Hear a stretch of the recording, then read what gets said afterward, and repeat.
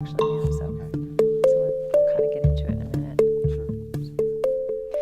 Joining us now is Dr. Keith Prüfer with the University of New Mexico. He's an associate professor in the Department of Anthropology. So tell us what you've been up to in Belize. For the last 8 years, I've been running a large environmental archaeology project in the southern corner of Belize, which is a very remote and rural area. It's been inaccessible for many, many decades, and only recently did roads even arrive in that area. But it's also home to, a large number of small Maya villages, agrarian people who live in very tightly knit communities and are farming the same lands that their ancestors did. And it's those ancestors that we're particularly interested in. Maya civilization is one of the most incredible phenomena that occurred in the New World at any point in time. They certainly weren't the largest cities. We know that larger cities in central Mexico, Teotihuacan, at the same time as the Maya, and then later on the Aztec capital of Tenochtitlan, were much larger urban centers, but the Maya are kind of different in that it's a series of city-states spread out across an enormous area that were both interacting with each other, at conflict with each other, and probably shared language, shared religious ideas, shared forms of political symbolism, but at the same time were autonomous. Their beginnings go back probably 2,500 years ago or more, but it was really about 300 to 400 BC that they began to coalesce into what we recognize as being the classic period Maya. And they were persistent. They persisted for almost 1,000 years, which is a very, very long time. If you think about the context of the country we live in and how long that it's been a state unto itself, it's less than 3 centuries, and we're talking about an incredible amount of resilience that went into the ability to maintain large political systems for almost 10 centuries. And my project is really interested in understanding what are the processes that allowed small farming communities to coalesce into large urban kind of city-states, and then to be successful, and then ultimately to reach very high population levels before kind of abruptly falling apart. How did you select that particular area? Well, this is a very interesting region because we know it has abundant rainfall. We know that, that it's on the periphery, and we also know that the cities are a little bit smaller. They're a lot more manageable. The name Ushbenka was given to it by archaeologists who initially discovered it in the late 1970s. And when they went in, they asked people what the name of this place was, and they said Uchbenka, which in Maya means the ancient place. Trying to develop a large picture of how an urban center grew and changed over time is a very lengthy, very expensive, high level of investment. If you could try imagining going to New York City and excavating it and trying to figure out what happened, a lot of problems would occur. So having a smaller site kind of on the edge can give us an indication of what processes are at work in development and decline, but also in a sense it's more manageable in terms of collecting data and processing it. We're talking about the 9th, the 10th century. You've made some pretty interesting discoveries. Yeah, we've been really successful at kind of defining when things occurred. We rely really heavily on kind of scientific techniques to try and understand these processes. So we do a lot of radiocarbon dating. We do a lot of trying to organize stratigraphically or layers through time how things kind of came together and grew before falling apart. And we're able to do so through kind of a combination of intensive laboratory work with a lot of intense field work, a lot of excavations. I have large crews of graduate students in the field working with members of the Maya communities who assist us in our excavations to try and move a lot of dirt to try and get at the past. The contemporary Maya people, how does that picture look today? Well, a lot of people when they talk about the Maya, they think that something happened in the 9th century and the Maya disappeared. And what mysteriously, the mysterious collapse of the Maya. And this has been a subject of archaeological discussion and debate for a long time. The reality is that there's still 4 to 5 million Maya people living across an area of Mexico, Guatemala, Belize, Honduras. And these people are divided into more than 30 language groups, and in many cases, they have been integrated into modern society. In other cases, like where we work, they still maintain relatively rural farming communities where they use very low levels of technology to produce food for themselves to eat. So we know that the Maya civilization collapsed, the political institutions unraveled and fell apart, but the populations themselves persisted and still live across Central America. Some of those mores and norms that they used centuries ago are still evident in some of the contemporary. Absolutely. I mean, certainly linguistically, they've preserved their language. The community that we work in, which is a Mopan Maya speaking community, 100% of the families speak Maya. All the children are raised in households that speak Maya. They farm in much the same way that their ancestors did. The technologies and the techniques and the knowledge of the landscape, the knowledge of soils, of water, of climate patterns, of rainfall, are things that have been handed down through generations, and they're very, very successful farmers. You can think of, a community of people that is small, 400 or 500 people, and average income is only a couple $100s a year per family. But nobody's hungry. Everybody has everything they need for food. You think we're any closer to answering that question? What did happen to the Maya? We're a lot closer to answering that question than we were 20 or 30 years ago. One of the most persistent questions about the collapse or the decline of Maya civilization has been whether or not it was caused by a large drought, whether drought drove the collapse itself.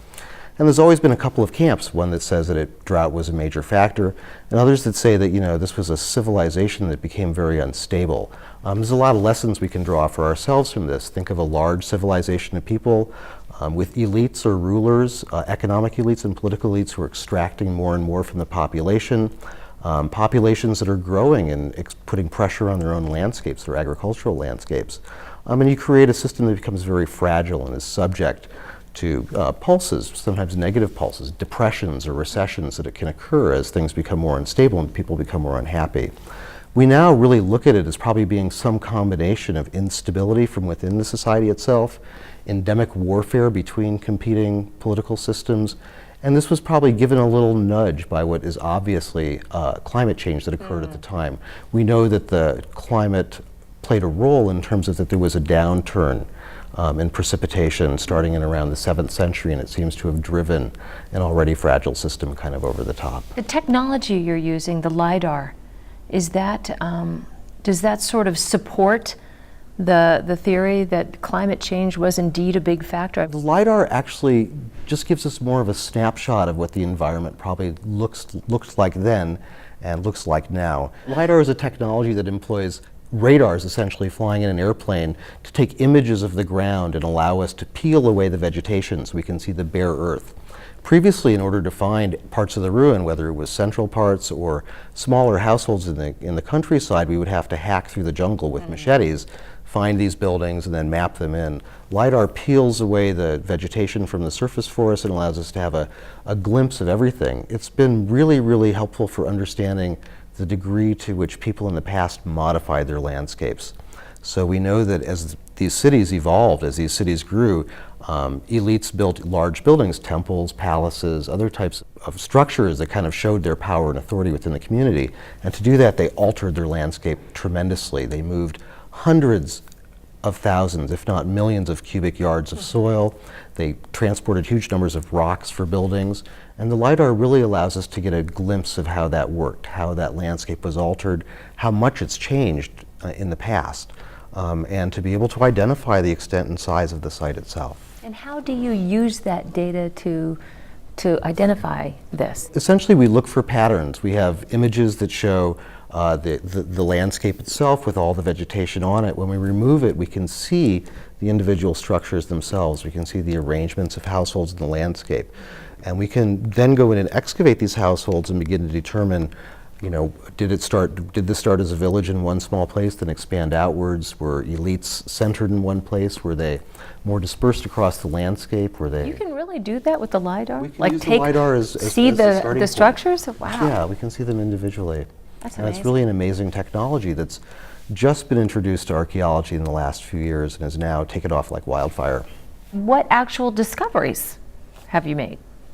Through excavations, we found that this particular small site that we work at, Ushben Ka, persisted probably for 900 years as a community. We know that it began as a small farming hamlet or village, probably a handful of people, maybe a dozen or so families living on the landscape, and we know that they probably were affiliated with more distant populations as well. And we know that they were successful probably for 400 or 500 years just as a small village before at some point in time around the 2nd century AD, they began to consolidate into a larger community. And this means that certain individuals would have had to take control. We see the emergence of leaders, people who were probably both charismatic and coercive in their ability to mobilize labor. And it's at that point in time we start to see alterations to the landscape. We begin to see public architecture being built. We begin to see elites being buried in large tombs, which is a sign of their status and power.